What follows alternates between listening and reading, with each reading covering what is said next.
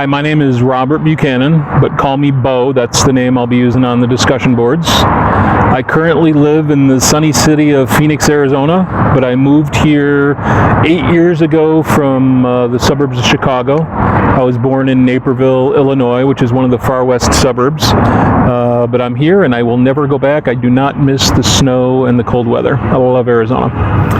I am currently a realtor with HomeSmart. But I am also the president of a small nonprofit library, and I volunteer with Cure SMA Arizona. SMA stands for Spinal Muscular Atrophy, which is a disease that affects kids when they're born. Their spines and their lungs don't develop properly, so it's actually the #1 genetic killer of infants under 3 years old. I am enrolled in the Master's in Nonprofit Leadership Master's degree, and I'll be halfway through it at the end of this summer session. I should graduate at the end of spring 2019 semester, so summer, a year from the end of this class. In taking this course, I think one of my motivations, first I actually went online and read about the book, and it was a pretty well written book, and I liked the fact that the book is trying to take a different approach to how we think about volunteers.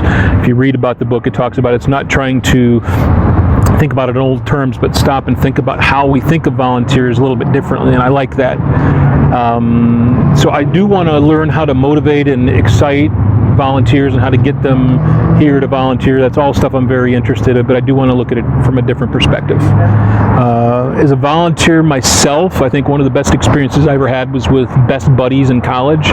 Best Buddies is kind of like a Big Brother program, but for the mentally challenged. And I had a little brother in college, and I just really enjoyed it. And I remember the national people, when they came to campus, were just very enthusiastic and complimentary and talked about how important the work was that we're doing and why and that we were doing a good job. And they were just very complimentary and enthusiastic. I think that's why I enjoyed it so much. That's all. See you in class.